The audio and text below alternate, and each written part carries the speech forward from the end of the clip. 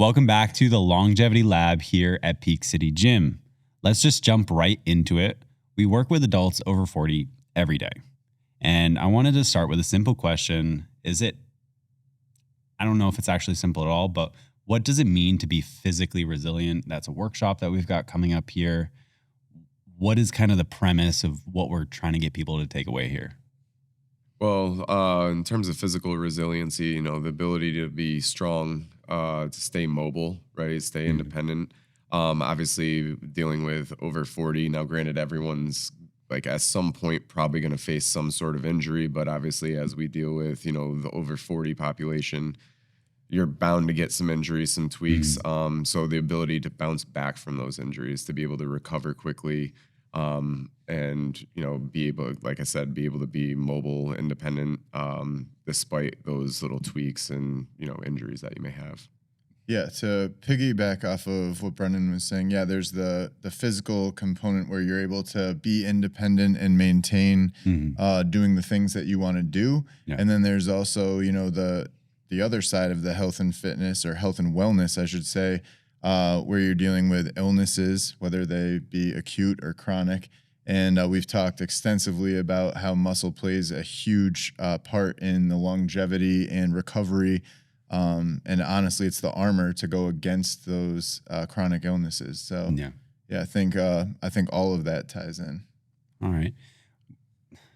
That's fantastic. I want to kind of bring it back a little bit to the injuries and recoverability. We know a lot of people who have been training for 20 plus years who have those chronic injuries or those chronic ailments from working out or being active. How do we kind of combat that or look at training in a different way now that we are in our 40s? Well, us not personally, but the people we're training are in their 40s now. Well, just I think training smarter. Right. Not just like necessarily powering through injuries. We kind of make the joke, like if my shoulder hurts, like, oh, I'm going to punish it till it, stops hurting. Like I'll show my shoulder. So just training smarter,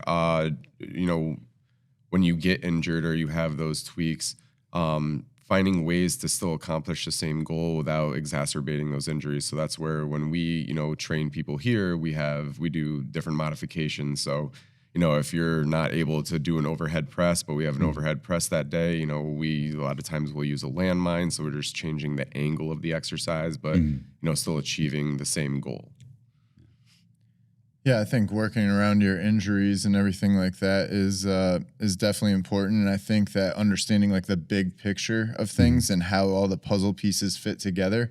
So when we were in like high school and everything, we used to walk into Gold's gym. Brendan would like throw on some weight on the bar and immediately go into squats. There was zero warm up. I'm not even sure like anything was put down. And then he'd spend the next 15 minutes trying to stretch out his hamstrings because they'd cramp up at the bottom of the squat. So, and I did very similar things, but that's definitely like, that was his beginning ritual of every workout there at I Gold's could have Gym. spent 5 minutes warming up, but I spent 20 minutes stretching after I had already tweaked something. So Gotcha. Yeah. But we had time then. We, recovered quickly and all that stuff. Now, I might not be 40 yet, but my life is pretty close and I'm 38. So, so just having, less time because of work and kids and all that type of stuff, you have to be much more efficient. You have to prioritize what exercises you're going to do, the order you're going to do them, and then doing the prep work to make sure that you're both mentally and physically ready to actually push yourself to an appreciable level. Coming back kind of to what you said about now that you are kind of shifting close to your 40s and your life looks like that, do you feel like a lot of it is lifestyle factors, or it's still just the style of training and having a different kind of mentality when going into training, warming up, doing those kinds of things? Well, yeah, it's kind of what I just said with seeing the big picture, except expanding it even more. So I know we're going to be talking about like building physical resiliency, but a lot of it is actually in the recovery. Yeah. So like when we were younger, we could, this is something Brendan and I both participated in, and we've somewhat brought back with our sibling rivalry here. But we could max out every day on deadlift, or But we would try to max out every day on deadlift, or we'd be able to, do 2-hour workouts and things like that, kind of beat up our body a little bit. And now, again, it's about efficiency. It's about prioritizing the right lifts. There's some that are probably a little bit riskier, where the benefits wouldn't really pay off. So we wouldn't do those now, or at least maybe not as high intensity, whatever that means, whether it's speed or volume. Relative intensity. And we make jokes about ego lifting. Yeah. And so avoiding that, where, we'd go in and be like, today is going to be a light day. And then it'd be like, I actually feel pretty good. Let's go as heavy as we possibly can. So yeah, just to clarify, we didn't like max out on deadlift every day, but like anytime it was a deadlift day, it'd be like, all right, let's just see how heavy we can go. And obviously, like talking about the recovery, like we had the time, not only did we recover faster, but we had the time to recover. Yeah. Where now, obviously, there's a lot more going on with having kids, we're like, we work more. So we don't really get the amount of rest. Definitely not the amount of sleep that we did in the past. So yeah, being more efficient, again, seeing the whole picture, knowing full well, like, I have to make sure I train hard, but I also have other stuff to do. So I have to be able to, fulfill those obligations. One last point to that, and I talked about this in that last workshop that we did, specifically about collagen, but it applies to other things as well. And it's that not only are we making less of it, but it's a lesser quality as we get older. So, where we could get away with, and I'm just using a bunch of box jumps and other plyometrics and things like that. I mean, a lot of people come to us from those boot camp like facilities because like, they got injured, whatever, their Achilles tendon. It's like, well, yeah, you're not able to recover as quickly. You're going there 3 times a week. You're doing a lot of plyometric work. And not only are you not recovering, but what you are recovering is lesser quality than what you had when you were younger. So that's something just to keep in mind when you're looking at total volume and trying to outwork your calories that you're consuming, because your body can only handle so much, especially if you're not eating that well. Anyway, I'll stop before we go down that rabbit hole. So let's kind of get into the meat and potatoes here. With our workshop coming up, we've broken it into 3 pillars. Can you tell me more about these pillars: mobility, strength, and stability? Well, yeah. So mobility and flexibility kind of go hand in hand. They are different, right? Flexibility, like bending over to touch your toes. Obviously, gravity is helping you do that. So you may not have complete control over that motion, right? Mobility is actually having the control to be able to go through that range of motion. So obviously, it's really hard to have good mobility if you have terrible flexibility. So they kind of go hand in hand. The strength portion, obviously, we've talked a lot about that. We talk a lot about that here. We focus on obviously both of them, but being as though like, we're here to lift and, do that. So building muscle, like Shane talked about, that's kind of like your backup parachute, right? You get sick, like, well, your muscle is going to get broken down. And that's where a lot of the recovery will come in too. And then stability, obviously, if you don't have like the stability to do this stuff, that's where a lot of the tweaks are going to come in. So when people lack stability, a lot of times they compensate, right? And that's where, like, my hip started to hurt, my back started to hurt. And it's usually because you're compensating for the lack of stability and strength. So strength and stability kind of go hand in hand as well. Your body will naturally limit the amount of strength that you can produce if you're unstable. Like, you can overhead press, say 40 pounds in each hand, but if you're on a BOSU ball, you're not overhead pressing 40 pounds. Right. Your body's going to limit the ability to lift maximal weight when you're unstable. And that's a really extreme example, but if your joints are unstable, you will not be able to lift as much as you theoretically could. Yeah, I know I've brought it up on other podcasts before, but there's that article by Mike Boyle and I think Gray Cook with the joint by joint approach to training. And, it talks about how there's an alternating pattern. Like, let's start with the ankles. The ankles need mobility, the knees need stability, the hips need mobility. So it's an alternating chain. But everything that needs mobility also requires stability as well. So we work a lot on stability with isometrics and things like that. And then once there's some stability, then we're able to create some mobility through the other joints. But without stability, you will not create mobility, right? Because we've talked about how core stability equals distal mobility, and you're able to have more mobility through other joints in your extremities once you've built stability through the core. Yeah. Obviously people live different lives. Everyone has different desires. They're doing different things. Do these needs or basic requirements, these pillars, change based off of what you want to achieve, or what your life looks like? Or are they pretty much consistent for everybody? In general, I think everyone would need to be somewhat mobile and flexible, right? Like, obviously, through your everyday life. Personally, right now, I have a 2 and a 4-year-old, so I'm constantly on the ground or squatting super low. So, yeah, without the mobility to do that, it would be really hard to play with my kids, since a lot of times they're low to the ground or on the ground. So, therefore, I am low to the ground and I'm on the ground as well. Obviously, the stability factor of being able to, get down there, but then again, have control, make sure that, as, I'm chasing them around, I'm in a deep squat position. They go to run by me and I'm messing around with them, wrestling, whatever it is. If I don't have the stability to pick them up and kind of mess with, it's very easy to get injured. Now, granted, as they get older, I will probably be doing that less.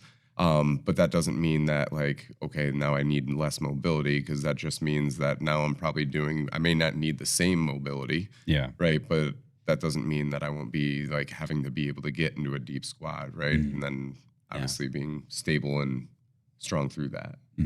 Yeah, I don't think that there's many people who wouldn't need that, although I know that there's people who've gone for the Guinness World Book of Records on being the biggest possible, and there's that 600-pound life show where some people, that is their goal. So aside from that, I would say that you probably need some mobility, stability, and strength if you want to take care of yourself, if you want to keep doing the things that you love with the people you love for as long as possible. You just talked about how you were building those the garden boxes, right? And we were talking about how the positions of getting in there, I was spending I think it was 3 hours, you said. So it's okay, well, yeah, I'm not playing with my kids, but then it's well, there is other stuff that I would like to do where it's going to require that mobility, require that strength and stuff. So, I see it with my dad or my family. My dad still wants to stay active, do a lot of the house stuff. In terms of renovations, it's a disease my family has. If we see something and we're oh, we probably do that. It's good for you guys. I referred to it as a disease, not a good thing. It's generally more expensive and more time consuming to do it that way than then just hire someone to do it. But yeah, if you have that disease also, maybe there's just a lot of unexpected things that you may need to be able to do. I don't think anyone has higher expectations of resilience or mobility, stability, and strength, but we all need a base level to be able to be healthy and be active and live a functional life. If all you do want is sit on the couch, I don't know if that's necessarily a functioning, fulfilling life, especially as we age. Being able to go play with friends, see your grandkids, your kids, whatever that is, those are pretty dynamic and demanding activities that we need to have that base level of resilience. Yeah. What does someone look like 15 years from now if they've trained this resilience principle and they've worked for it? Are they really active? What does that person look like? What do you mean 15 years from now? Where it's someone point? Who hasn't started. Okay. They're just and they're new to training. 45 or something 45. Okay. They've kind of committed to 15 years of training like that, or just started training now. Have they signed a contract? That's a hefty commitment. I'm just kidding. Go ahead. Well, I think that is a hefty commitment. You saw, somebody came in the other day and was showing us that woman. I think she's 80, 82 years old, and just set the record for the longest dead hang, right? Oh, wow. So it was over 2 minutes. I think it was 2 minutes and 10 seconds or something. She's like a bird that. at that point. And so, I mean, like, yeah, I assume that she's probably pretty active. She's, I mean, probably able to do all the things that she still wants to do, whether it's go hiking, go swimming, go, as long as she knows how to swim originally. Uh, but she's probably not as limited as a lot of other people. Now, some people, they come in and you're like, dang, I would have guessed you were 20 years younger or 15 years younger. And then other people, it's like, oh, okay, I would have definitely guessed you were probably, 10 years older, Yeah. right? So you can have people that are the same age, one's training, one's not, and you would never guess that they were the same age. Yeah, I mean, it obviously depends on their starting point and all that type of stuff. But let's just say on average, right? There's a lot of benefits. We've talked about muscle mass. We've talked about having strength and maintaining independence, but also part of the resilience, because the strength and mobility is nothing if you have no cognitive function. And a lot of the exercises that we do, I know not everybody's a huge fan of bear crawls and lateral bear crawls, but that cross patterning of, opposite arm, opposite leg, same thing with dead bugs and bird dogs, that does help develop and maintain neural pathways that will carry you on, well into your future. So even if it's not, the toned look that you're getting or the number on the scale doesn't exactly match what you were hoping for 15 years earlier, there's a lot of benefits that you're going to, again, be able to do the things that you love for a long time. Now, for all of our members who think we're just being naggy and picky when we say, no, switch opposite arm, opposite leg, rewind this, go back to what Shane just said, and know that we are not just being naggy and picky for no reason. You don't even have to rewind it. I'll just keep saying it over and over. If someone is there a more important pillar out of these three? Would you guys say mobility, stability, flexibility, and strength is more important? Which one would you? I would just say stability, because without it, you can't have the other two, really.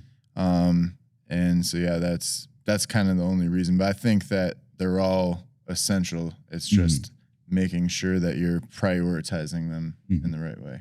Yeah, I would say, obviously that's a good point. I would almost say that I don't think one is more important. I think they're all important, right? Because what a cop out. Well, a lot of them going hand in hand, right? If you have stability, that means you have to have some strength, right? Yeah. So, like, again, you can kind of pair these up where it's like mobility and flexibility, like stability and strength. And obviously, if you have a bunch of strength but you're not mobile, like, well, that's great, but like, you can't move, right? Yeah. Like, you have a bunch of strength, but what are you going to do with it? And then if you have a bunch of mobility and flexibility, but you have no strength and stability, well, that's not a great thing either, right? Yeah. So it's kind of like, I don't know if like you can make arguments clearly, but I would say like they're probably equally important just because they kind of go hand in hand. If there's too big of a gap between any one of them, it's usually a recipe for you're going to get injured pretty quickly. Yeah. You see that with bodybuilders who have their muscles get pulled out from the bones because they're pumping so much juice. Their tendons haven't had time to catch up to the muscular strength they have. When there's just this big difference between any one of these pillars, you're going to run the risk of some pretty severe problems. So I think I would agree with Brendan. It's a cop out, but I think working on all three of them kind of in conjunction is usually the optimal strategy. You guys are just saying that because that's what we do here. I believe in what we do. Well, in all fairness, that is why we like work on everything all at once, right? Instead of going and like, I know back when I took NASM, right? It was like, oh, you work on this, then you work on this. And it's like, well, yeah, but that's nice for people who have that kind of time. Yeah. But at the same time, we talk about efficiency. It's just not efficient. So like, we're like, obviously going back to train smarter, you have to know how to do that, but to work on everything all at once is just way more efficient. You'll probably get a lot better results in a shorter amount of time. We mentioned earlier that mobility and flexibility is a little different, and a lot of people use them interchangeably to the point where we did another podcast episode. Can we go a little bit deeper into the distinction and how we utilize the training here to work on both of them? Well, yeah. So if you lay on, let's just talk about hamstrings real quickly or hip mobility. But if I were to have you lay on the ground and I lifted your right leg up and stretched out your hamstring and got you to 90 degrees, that's awesome. You're flexible. You didn't do anything. Your muscle is just able to, extend long enough or lengthen long enough for me to get your leg at 90 degrees. Now, if you lay on the ground yourself and I'm just watching you and you then pull your leg up to 90 degrees, then you have that mobility because you are able to use your strength through that whole range of motion. Yeah. All right. So when we are working on things here, one, we want to use our whole range of motion because that is a use it or lose it thing, right? So people that kind of do the quarter squats, recently I've been with Lois, I always did it. Hey, Lois. But with other people, I've been bringing out the box, especially at night, and been like, you're going to squat all the way to the box. And a little heads up for people in April, you're going to be doing front rack box squats because of all the little quarter squats here. I noticed that when you sent it. Yeah, and it's because I want people to use that full range of motion. I want them to be strong throughout it because that's how you get more mobile. The other thing is, if you look at a lot of our circuits, despite what our members say, there are core exercises all over the place. I just talked about how core stability equals distal mobility. And so all of that core work and making sure that everything from the glutes to the abdominals, everything is firing to stabilize that spine, that is going to give you the freedom to move about through the extremities and actually use that range of motion. Awesome. Are there since mobility is so important and we need to start developing that, what are the best ways that we can actually work on our mobility and start to kind of train that with control? So that's where in some of our programs we'll do different types of cars, right? Okay. So controlled articular rotations. So you can do hip cars, you can do shoulder cars. So it's being able to, again, just for hip cars, right? A lot of times we do those in a quadruped position. Yeah. So you're got your hips over your knees, shoulders over your wrists, and you're working through that range of motion. Now, in order to actually work on that, you have to just not wing your leg up there and just do them real quick. So that's why, we're kind of a pain in the butt when we're like, take your time, slow down, make sure you're going through your full range of motion and not just doing these little hip circles or little arm circles, getting through your full range of motion, right? Actually taking the time to engage your core, right? Because what Shane just talked about, right? Actually, engage the muscles that are required to work instead of just using gravity to get through somewhat of the range of motion. Yeah. So in terms of that type of mobility, there's mobility drills, and then going through the full range of motion when we're actually doing the exercises. So when we're doing squats, actually going down, if you need to drop down in weight to actually get down that low. And then obviously, depending on, injuries, things like that, addressing certain injuries, if your knee hurts and you're not able to go down that low, okay, well, let's address the injury so that now we're able to eventually get through our full range of motion and then kind of building back up. That. Yeah, I think also once you have a certain level of stability, especially in what is called the sagittal plane, so front and back, that's where a lot of our movements happen, especially exercises. But part of resiliency and mobility is being able to perform movements through various ranges of various planes of motion. So being able to rotate, being able to go side to side, which is known as the frontal plane, those things are hugely important so that you can resist different forces and avoid injury and all that.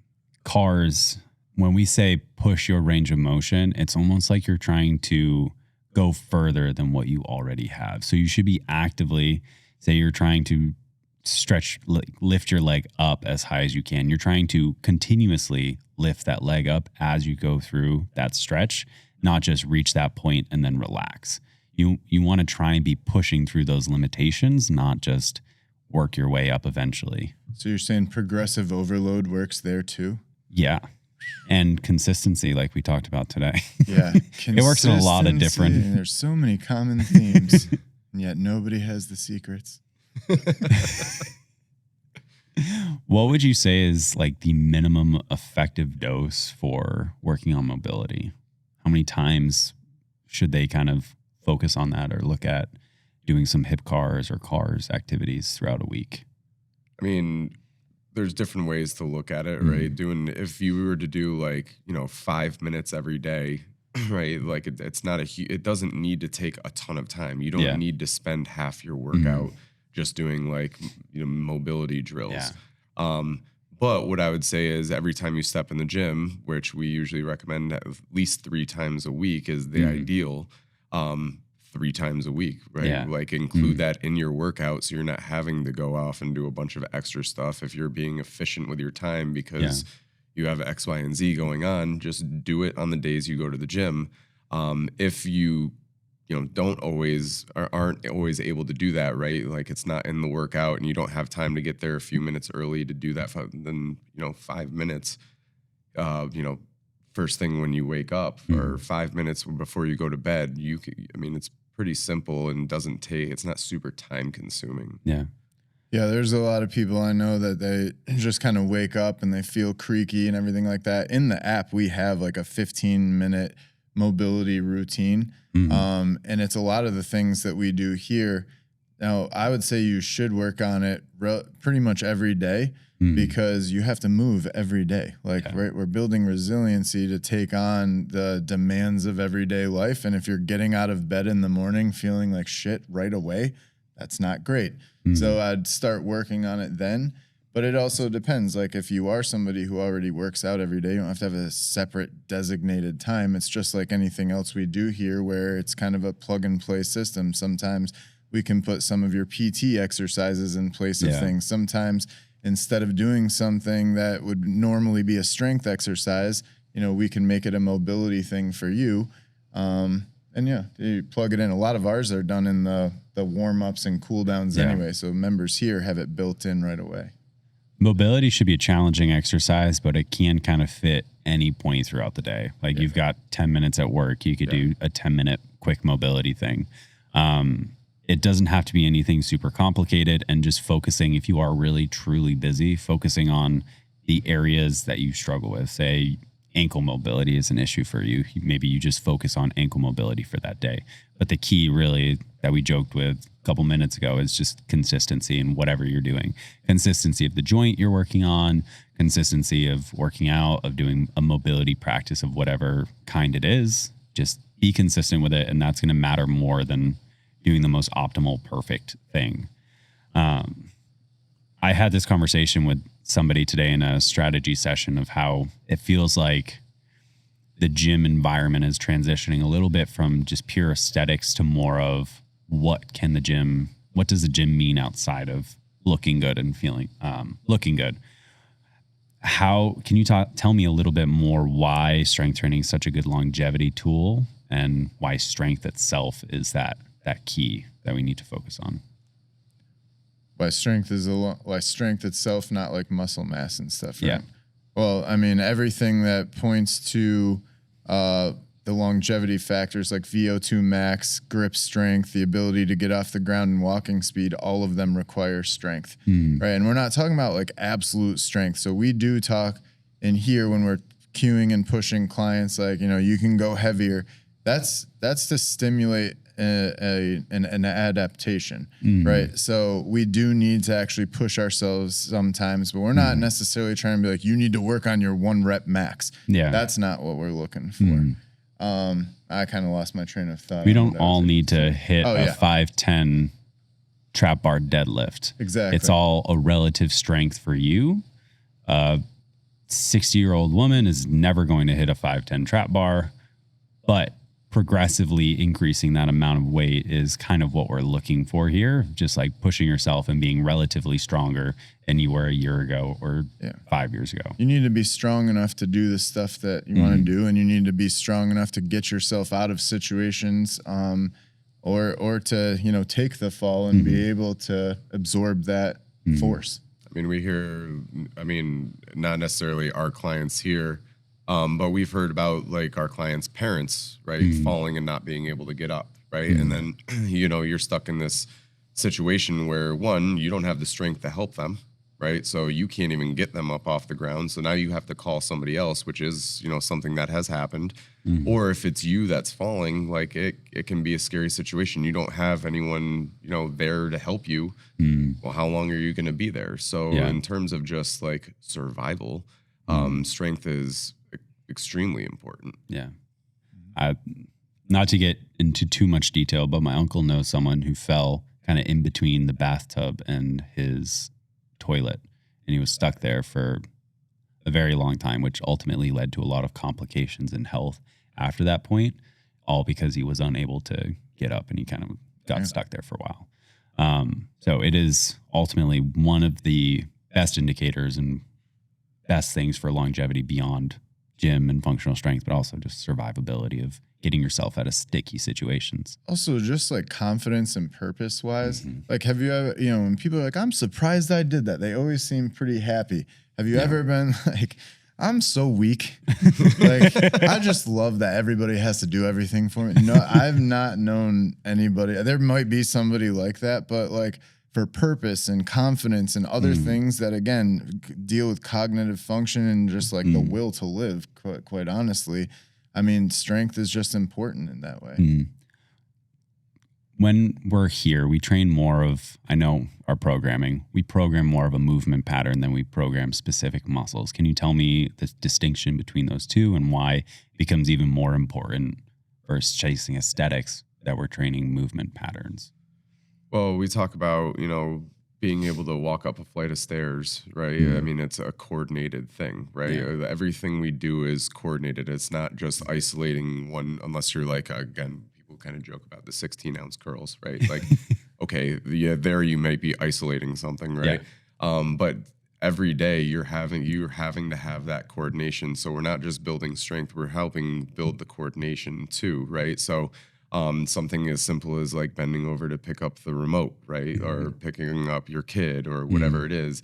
It requires multiple things all at once rather than like an isolated hamstring curl. Now, not saying that those things are bad to work on, right? That should be a supplemental thing, right? Unless your goal is, again, aesthetics, where it's like, oh, I'm bodybuilding, like, I want to just gain as much muscle as possible. Well, that's then, isolation exercises can be great. But if you're just trying to move better throughout your everyday, well, then we need to train more movement patterns. So that's great that you can, do a sweet leg press and like it's great. But if like, okay, but I can't walk up a flight of stairs without like terrible knee pain and stuff, well, then like we kind of have to work the movement pattern. Or I should have said like instead of a leg press, but like, a leg extension, right? Or a knee extension.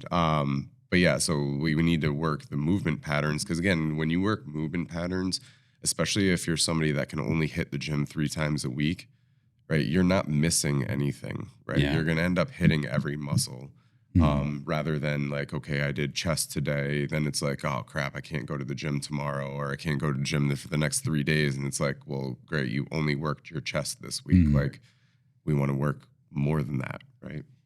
Yeah, when we're classifying things as movement patterns, you have main ones and then you have some of their subsets, but ultimately you have push, pull, anti-rotation or rotation, carry, squat, and a hinge. And then you can go with single leg and vertical and horizontal and all that. So yes, when we set up the programs, it is by muscle group. We do different total body workout every day of the week. So that way, again, we can work on all different things. We're hitting every muscle group and every movement pattern multiple times, depending on how many times per week that you come. And we're working on everything that we talked about with those pillars. Plus, I think you guys did another podcast, or we at least talked about it in one of our other ones about power as well, right? That goes in with strength. It could be considered a 4th pillar. But it's a way to get everything in. You don't have to worry about all these different muscle groups and now I have to work out 5 days a week in order to hit each muscle group. It's like, no, you're going to do this efficiently, just like we talked about in the beginning. These are the priority lifts that we need to do. And not only that, but they're going to translate to the things that your life demands outside of the gym as well. Unless you're doing the 16-ounce curls, and then you need some bro stuff in there too, which we do. Sometimes. Although I don't know if anyone struggles lifting a 16-ounce curl. No. Hopefully not. If they're doing any form of other strength training, I don't think isolating that's Yeah, the no, most usually the valuable members time. that are talking about it feel pretty confident good about how many they're able to do. I hear a lot about chronic lower back pain. It's one of the leading ailments in America. How can strength training and focusing on our strength help combat that and kind of bring back some more confidence with, I have a bad back? Well, obviously, going to the stability thing, right? Obviously, the stronger your core, right? Because obviously your lower back is part of your core. The stronger your core, the more like the less back pain you'll probably have because you're probably not compensating by using your lower back. So when people talk about, like deadlifts are bad for your back, well, one, as long as your form is okay, like then you should be okay. But even let's say your form is great and you're still having lower back pain.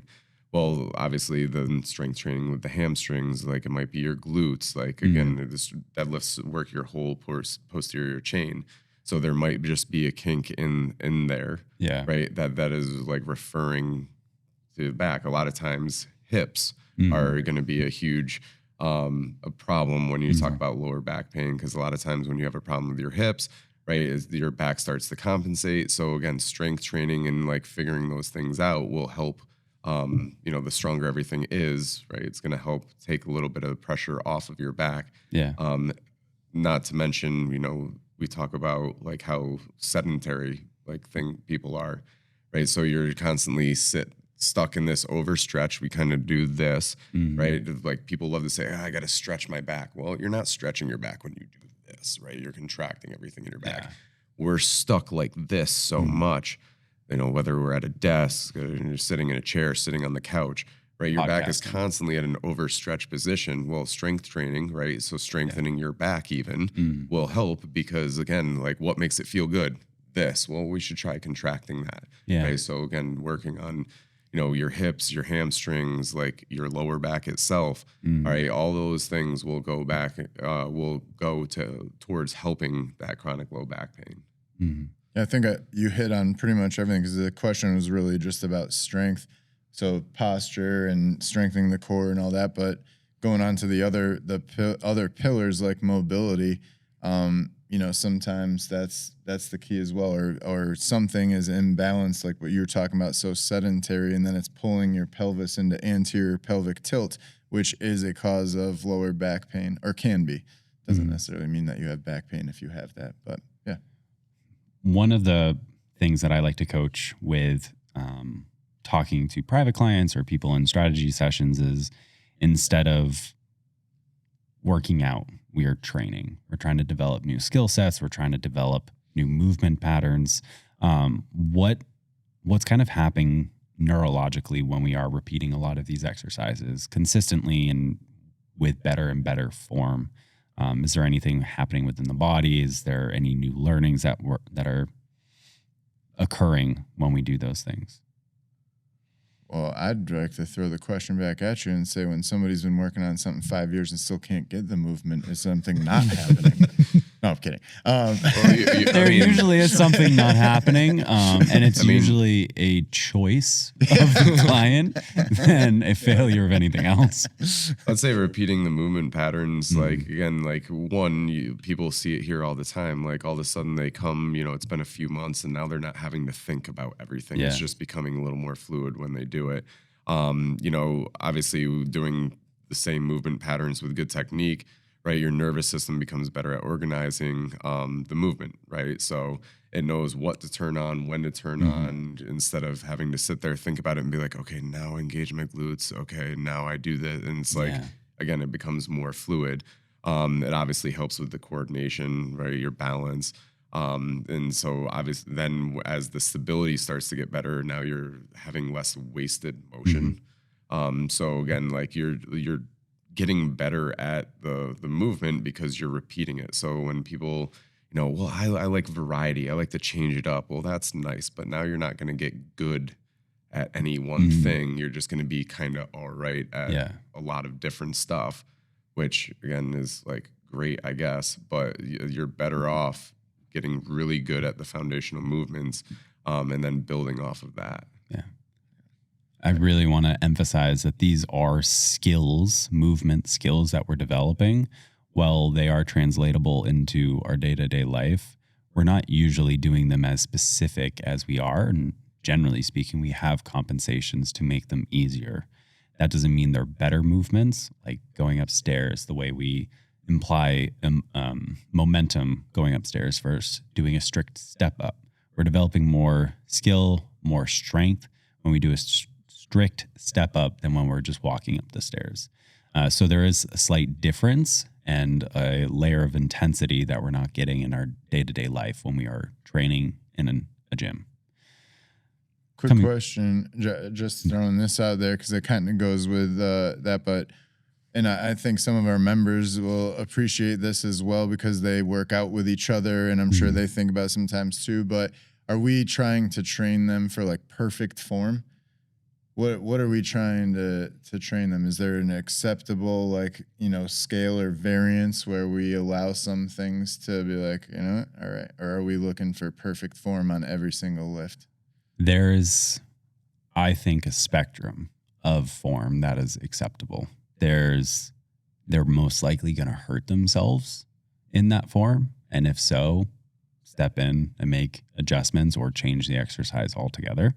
Or if they're probably within the threshold of it's not ideal, but they're doing it well enough to where their likelihood of hurting themselves is moderate or minimal. That's kind of what I'm looking for and trying to assess. And obviously that takes some time of working with people to be able to kind of make that snap decision. But that's generally, if they don't look like they're going to hurt themselves, it's probably good enough.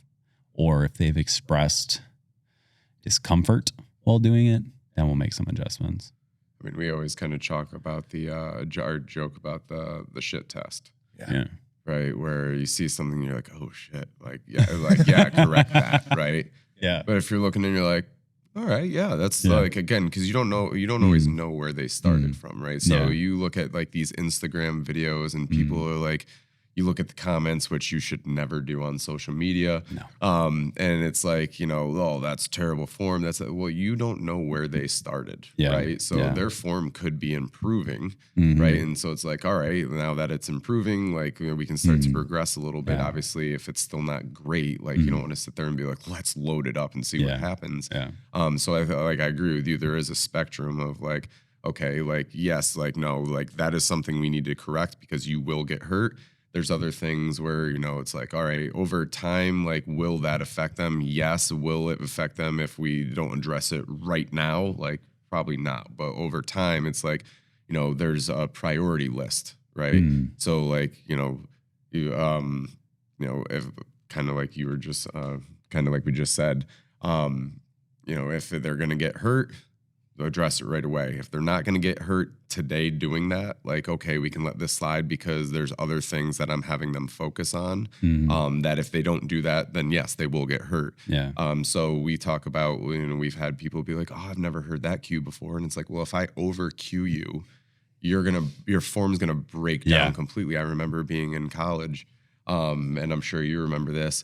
I was decent at doing cleans and hang cleans, right? Then I took a class where I had a teacher who was just hounding me on like, you need to be thinking of this, and like listed like 10 different things. And I was like starting to fail my warm-up weight. And I'm like, what the hell is going on? Yeah. Right. And then I just started thinking about one or two things and kind of like breaking it down like that. Like, all right, let me focus on these two things because those are the most important, right? Then once I got those down, all right, let me think of like the next two things. And again, then all of a sudden I started making this great progress. But I didn't think of like all the millions of different things all at once. So when we have people be like, oh, you've never cued me that before. It's like, well, yeah, I needed you to focus on, when a squat, I need you to sit your hips back and then bend your knees, right? I like if your shoulders come forward on a goblet squat, if your shoulders are slightly forward, but like your lower back's good, you're not like leaning towards your toes, you're not doing like I needed you to focus on that, and then I will go and start to nitpick and fine tune things. But I need you to get talking about like the big picture. I need you to get the big picture first, and then we'll go fine tune and kind of nitpick you.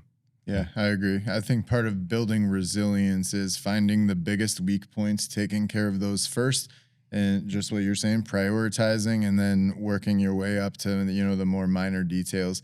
most of the people in this gym and the ones that are going to be listening to this podcast are not going to be the ones that are trying to compete in anything or need perfect form on every single lift. Yeah. Well, I do think that good quality form is definitely something you should strive for. You know, just like peak strength and peak other things, we're not trying to build world-class weightlifters. We're trying to build people with consistent habits that will allow them to enjoy the rest of their life doing the things that they love. We have a lot of people that come to the gym regularly, and we kind of urge them to have a higher intensity when they're working out. Versus some other people, we're trying to urge them to be more consistent in showing up. What do you think is more valuable to focus on first and to get down? Like, should the inconsistent people worry less about intensity and worry more about showing up, or should the low intensity people and consistent people try and have more intensity and maybe doesn't matter so much that they're as consistent? I mean, I definitely think consistency is the most important thing first, right? Build the habit, and then we can crank up the intensity as we need to. But especially for people who are already inconsistent, and we know some of those people are the ones that come in like super intense and then they're sore for 2 weeks and they've disappeared and things like that. So I think you find yourself on a hamster wheel when you're inconsistent, no matter how much intensity you really put in when you do actually show up. The people who come more often, they're able to get away with a lot more lower intensity days because of the consistency. And then when they feel good, they can take advantage of that. A lot of people that are inconsistent, they only end up coming back when something bad happens or they, you know, had some type of scare or something like that. And then they come and try to hit it hard and just fall off the wagon a little bit later anyway. When you talk about having like the best program in the world, but if you don't do it, it doesn't matter, right? Yeah. So like you can have the best program, the best trainers, but it's like, but if you're inconsistent, it really doesn't matter. So I'd say, consistency is probably the most important thing. Build the habit, be consistent, and then we'll worry about the intensity, you know, from there. Yeah. Okay, cool. I was just going to say, typically the people that are, you know, pretty inconsistent usually have some other things going on with their recovery and nutrition as well. And that all ties into resilience and seeing that big picture. So yeah, it's tough when you're inconsistent. If you could give me, this may take a little thinking, if you give me 3 things with no equipment, no gym that people could start doing today to start building some resilience in their life, what would be your recommendations? No equipment. What were the rules? No equipment and no gym.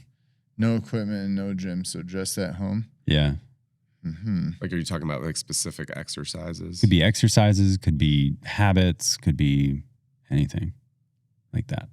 Oh, definitely start when you wake up. Like I said, most people that don't even work out feel creaky and other things like that. So whether it's our mobility routine that I talked about earlier or not, I would definitely start with some type of morning routine to get flowing. Again, you don't have to wake up an hour early. It's like just wake up 10 to 15 minutes earlier than you already do.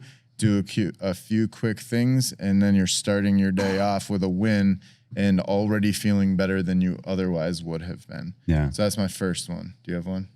I would say, like, again, consistency in that, right? We keep mentioning consistency. Yeah. So some sort of mobility routine. Honestly, a lot of people would benefit from being able to do push-ups. Yeah. Right. So again, we talk about like, people are like, oh, planks are great for your core. Yeah, sure. I mean, yeah, they, you know, help. But I mean, if you think about like a push-up is a moving plank where you're working other things too. Yeah. The ability to do a push-up, we talk about getting up off the ground. Well, it's a lot easier when you can do a push-up, right? So doing some like, again, mobility routine, start getting good at push-ups, right? Yeah. Because again, there's a lot of benefit to that and a lot of things that, again, your everyday life, push-ups would probably help. I think my number one, just to complete the 3, my number one would honestly just be a consistent sleep. Like getting better sleep. We talked a lot about recovery and how that impacts your ability to train with intensity and be consistent, is just sleep better. And I know everyone struggles with that. I struggle with consistent sleep. life happens, kids happen, family happens. Yeah. But if we are able to get more consistent and better quality sleep, then we're at a higher likelihood of making good diet choices, making good choices with waking up early enough to do a mobility routine and all of those things. That would be my number one thing that's not going to cost you any money to even do. Yeah. And if you can't get a good night's sleep, you can just freebase creatine, because I was just thinking about a joke and I was like, I'll refrain. that can trump your short-term sleep deprivation. Don't actually do that. Just throw back 25 grams of creatine. All right. To finish things off with today, what would be your number one takeaway of like single sentence you want someone to remember from today? Consistency is king, right? So whatever you're going to do, be consistent. Obviously, good habits, of course, not bad ones. But be consistent, right? Because again, without consistency, you're just going to, like you said it perfectly, you're just going to be on a hamster wheel. Yeah. Nobody's coming to save you. And so if you are not strong enough to do things on your own and you are counting only on depending on other people, you will be disappointed and stranded at some point. Those were all more than one sentence, but I'll allow it. Yep. There's a lot of commas. Semicolon. Right? We'll see what the YouTube transcript says. I would say with the consistency is schedule out your workouts ahead of time and make them. Yeah. All right. So thank you guys very much for listening to the Longevity Lab here at Peak City Gym. I hope you guys enjoyed, and you share this if you feel like anyone in your life would gain some value from building a more resilient body. We'll see you guys in the next video, and make sure that you sign up for our workshop here at Longevity Lab, Peak City Gym in Apex, North Carolina in the next couple of weeks.